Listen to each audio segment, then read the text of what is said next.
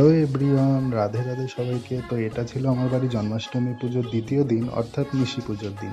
এদিন আমার বাড়িতে মানুষে মানুষে ভরে গেছে। সকাল থেকে বাচ্চারা বেলুন ফোলাচ্ছে, এদিকে আমি আর আমার বোন মিলে বেলুন লাগিয়ে নিচ্ছি। আমার বোনও আমাকে সকাল থেকে খুব হেল্প করছে। এদিকে আমি আলপনা দিয়ে বরণগুলো সাজাতে বসেছি। এই আলপনাগুলো কিন্তু আমারই হাতে আঁকা, বলো কেমন হয়েছে।